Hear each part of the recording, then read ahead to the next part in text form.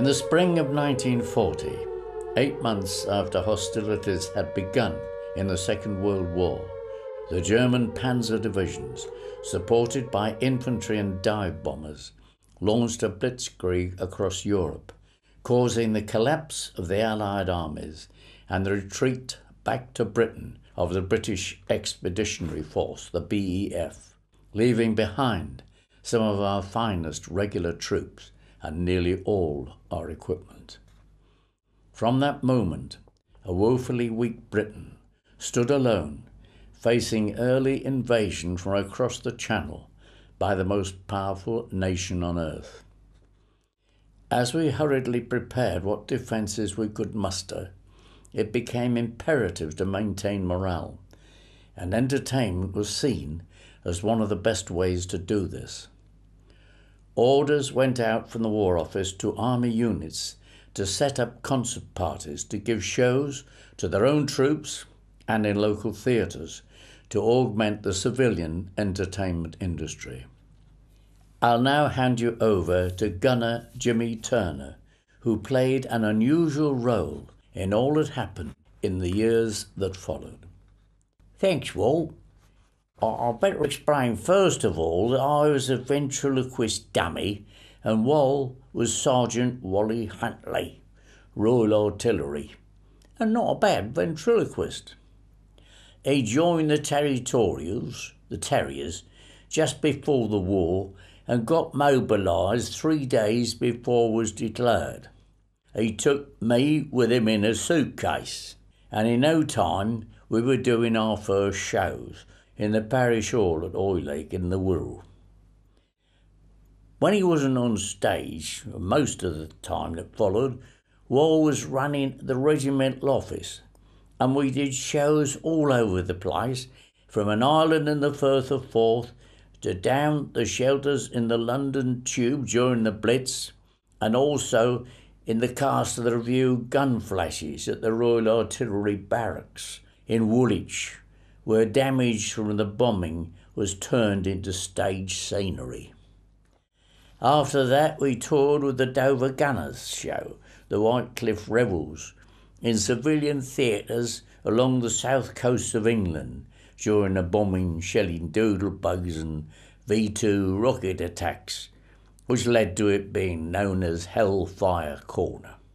Then Wal was made a full-time army entertainer, and we performed to other services as well on warships and in RAF hangars. Anyway, he'll tell you how it all began. Thanks, Jimmy. Well, my interest in ventriloquism began as a young boy after my father had been moved from Liverpool, where I was born, to London, and I came back to Merseyside on holiday and stayed with my aunt in New Brighton, a little seaside town with a theatre called the Floral Pavilion.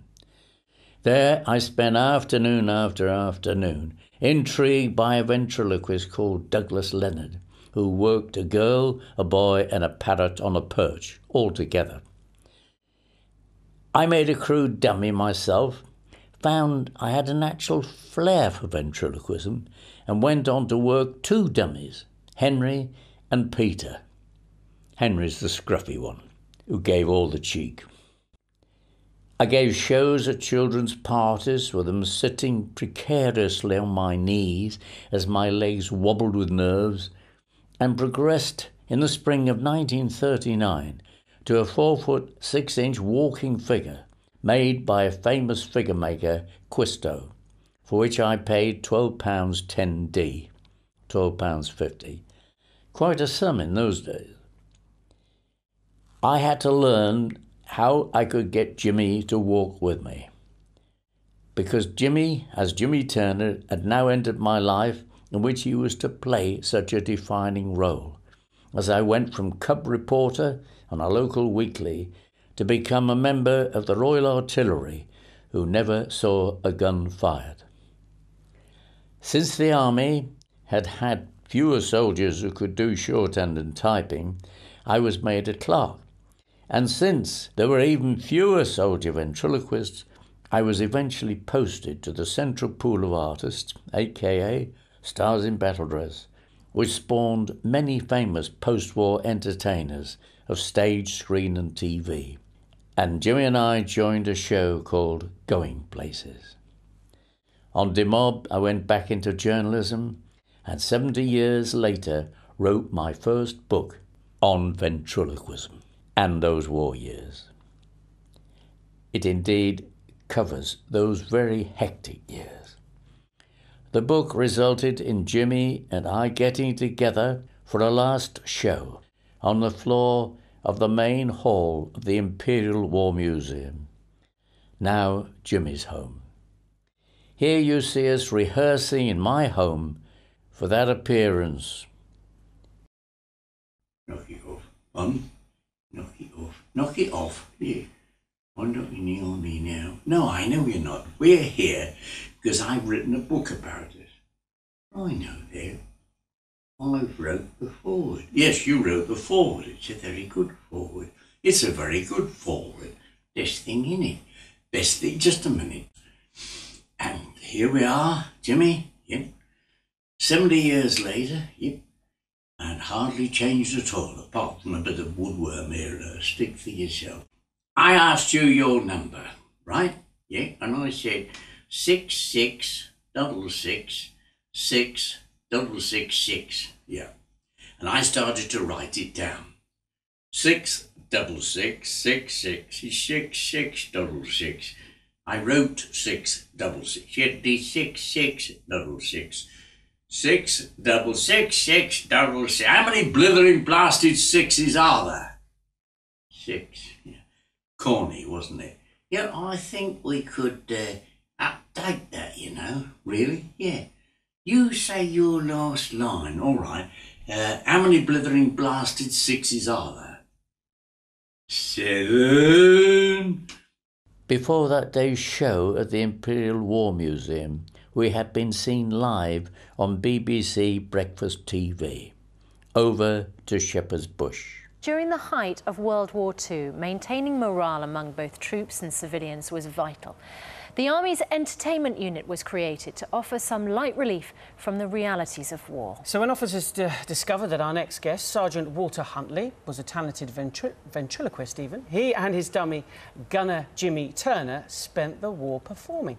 Now, though, after 70 years together, the two are going their separate ways. Jimmy is taking up permanent residence at the Imperial War Museum. But first, they're here to share their show. Good morning. Thank you very much. Thank you. Yep. Now, Jimmy, we're in London and we're in the studio of BBC Breakfast Television. Very kindly invited here on our way, as Susanna just said, to you take up your permanent residence in the Imperial War Museum. I think you'll be all right there, won't you? I think so, yeah. I've not seen it, no, but I've seen some pictures and it looks quite nice, yeah. And I'll come and see you quite often. And yeah, every time you're in London, well, you will come and visit me, won't you? Yes, I will, I certainly will. Now, you know, we look back on those days and they were great days, weren't all right for you. What do you mean? Well, you was entertained in the officer's nest after the show every night. I had to go back in your trunk, yeah. Well, I'm afraid you're going to have to go back in your trunk again, Jimmy, because from now on, I'm going to do all the talking. What do you think you're doing up to now? Anyway, I'm going to say bye-bye, Jimmy, and I'm going to go and sit over there, OK? Wow, that was fantastic. Thank you. You've still got it. Well, Yeah. it's a bit rusty. Come and join us on the Join set. us. Thanks Sergeant very much, Walter yeah. Huntley, retired. Yeah. You obviously have a very good relationship with Gunner Jimmy. Very good relationship, yes, over many years. Mind you, we haven't done a lot of ventriloquism because Jimmy Turner is 4'6", weighs nearly 2 stone, Yeah. and is a bit difficult to cart around. And what ventriloquism I've done since the end of the Second World War, which finished not very long afterwards, I've only done little bits since then, over these many years, you know, family parties and this sort of thing. I use other dummies. I got 40 altogether in the end. And we were much more, he's what they call the cheeky boy, which was the pre-Second World War type of figure, whereas since the war, You've got all sorts, much more manoeuvring, you can give them much more activity with them. And are you going to miss him, though, when he goes... Sorry? Are you going to miss him when he goes to the Imperial War Museum? I will miss him, yes, I certainly will miss him. But I know, I mean, I'm 6 weeks from entering my 90th year. I know he's got a very good home, and he'll be there long after I've gone. Well, I've noticed one thing, that your hair's gone a little bit white. He hasn't changed at all over the years, has he? Well, now he notices that too. I mean, he keeps pointing it out all the time. Yeah. Tell us about your act, because it must have been, obviously, a very difficult time, and the idea of actually lifting morale, entertaining, must have been the last thought on anybody's mind. Well, it wasn't, actually. It was the first thought on the minds of the War Office and the government in 1940, when we were threatened with invasion. They were desperate to keep the spirits up and not let people think, because we were very, very near to being defeated, and I don't think people today realise, you know, we were about that far off being defeated. And so units were encouraged to form concert parties, which was a tradition from the First World War, incidentally. And they eventually formed the official War Office Central Pool of Artists, better known as Stars in Battle Dress, and I became a full-time army entertainer. And when it's full-time, what did that entail? Where did you travel? Who did you entertain? We rehearsed in London, because it was Upper Grosvenor Street, London, the headquarters of the Central Pool of Artists. We rehearsed in rehearsal rooms in London, and once we got the show together, and the show was produced by Lieutenant Desmond Llewellyn, who was Q in most of the Bond films after the war. Oh, yeah, right. He was our producer. And we went round the gun sites and this sort of thing around London, breaking the show in, and then we took it anywhere. The Stars in Battle Dress shows went to the front line. This was the thing, you couldn't send civilians, that you could send soldiers. That was the thought behind the thing. So that's what happened, you know, and I went into Stars in Battle Dress. We were due to go to France. Unfortunately, we didn't. We were switched to Northern Ireland. That's as far as we got, I'm afraid. But we did, you know, we did our bit. We did a show a night, different. And one of the problems was when you were doing a training unit, we didn't look like really, you know, spruced up soldiers at all, you know. I was the sergeant in charge of the show, and I had problems, diplomatic problems, this sort of thing, you know. What did you notice about your effect on the troops? Oh, it was terrific, yeah. I mean, it was terrific because the thing I did, I got the name of the most unpopular regimental sergeant major or sergeant or whatever and worked it into my script each time. You know, there was a blank in the script, just put it in and found out. And that produced a roar. I mean, they were captive audiences to start off with. I think we got an inflated idea of our own skill and expertise. No, it was terrific. It went down very well, yeah. And what about ventriloquism nowadays? Is it finished? Yeah. In this country, not in America. It's very, very big in America. And there is, I've only just discovered this in preparing for this thing, to the Imperial War Museum, that there is an international association of ventriloquists based in America. And it's very, very popular there. Yeah. So today you're going to have, obviously, an emotional day. Do you think there'll be a tear in your eye when you say goodbye to your Pretty mate? close to it, yeah, pretty close to it, yeah, when I say goodbye to him, yeah, we'll leave him behind. Do you consider Gunner Jimmy as a puppet or as a person? Oh, person, oh yes, oh, never a puppet. Yes, there are ventriloquists, I could name them, who do think of their dummies, and we always call them dummies or figures, never dolls. You never get a ventriloquist doll, who just think they put them back in the case and forget them. No, I don't think you can do that. He's got to be a person to other people, but first of all, he's got to be a person to you to make him a person to other people. Wow. And so you do think about him, yeah. Well, thank you so much for coming in, both Walter and we'll wave to Jimmy at the back there. Look after him, and I hope you have a great day today. Thank you very much indeed. Thank you, lovely to talk to you. Dummy Bullets, a book about the pair's wartime exploits, is out now. So if you want to catch Sergeant Walter Huntley and Gunner Jimmy, they'll be performing one last show at the Imperial War Museum in London this afternoon. Good luck with that one. Good morning. Good morning. You can't get over Walter and Jimmy. I thought Walter and Jimmy were fantastic. No. I was happy to give up my spot to let him just carry on with the ventriloquism. It was brilliant. And the biggest dummy I've ever seen in my life. He could have sat on the dummy's lap. I know. It was the size fabulous. of a full-grown child. About 4 foot, yeah. And I love the fact he was talking about Jimmy as a person, with the respect due to a person. Well, I came on and shook Jimmy's hand, so I fell for it completely. In the event Jimmy did not stay at the Imperial War Museum that day, but came home with me for book signings and other events. Eventually, the time came for us to say goodbye to one another and for Jimmy to take up residence at the museum. Jimmy also said goodbye to Dickie Mint and the famous Liverpool comedian Ken Dodd, who began his career as a ventriloquist. Here's the moment we parted.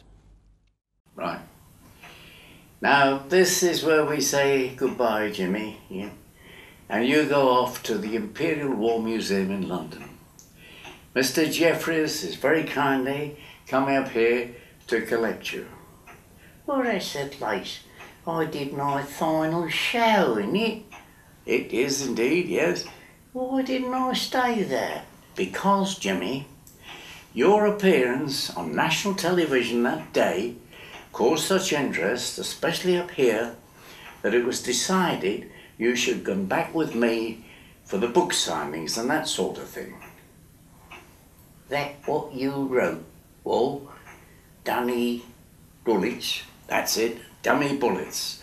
The story of our adventures in all those wartime shows during the darkest days of the Second World War. Yeah. Well, what's this place I'm going to called?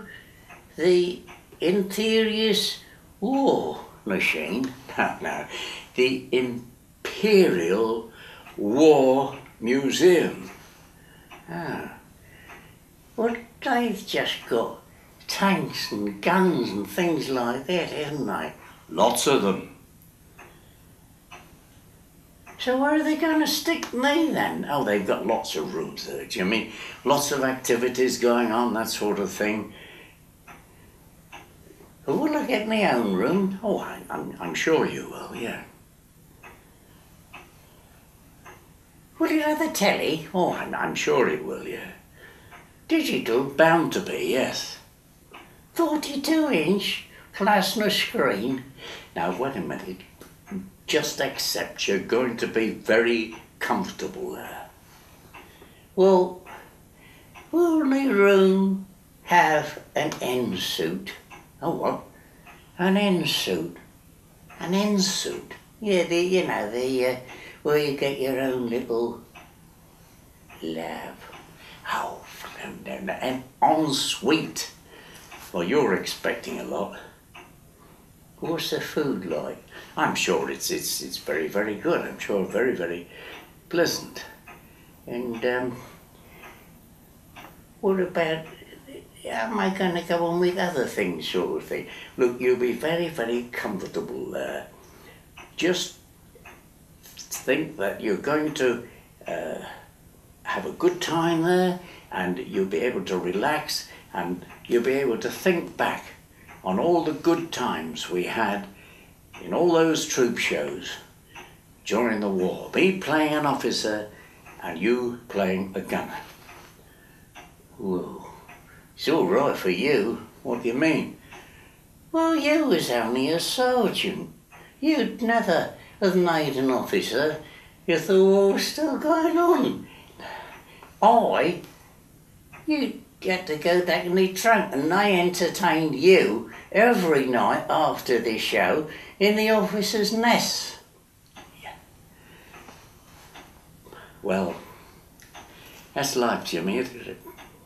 That's life. I'm gonna miss you all. I'm gonna miss you, Jimmy. 70 years is a long, long time. You come and see me often, won't you? Every time I'm in London, Jimmy. Yeah. So this is it, Will? This is it, Jimmy. Goodbye. Well, so you're just going and you're leaving and getting carted off to the Imperial War Museum. I tell you what, Jimmy, what we'll do, we'll walk off together, just like we did at the end of the shows. All right, then. That you mean for the last time? Or? Yeah, for the very last time, Jimmy. We'll meet again. Don't know where, don't know when, but I know we'll meet again some sunny day.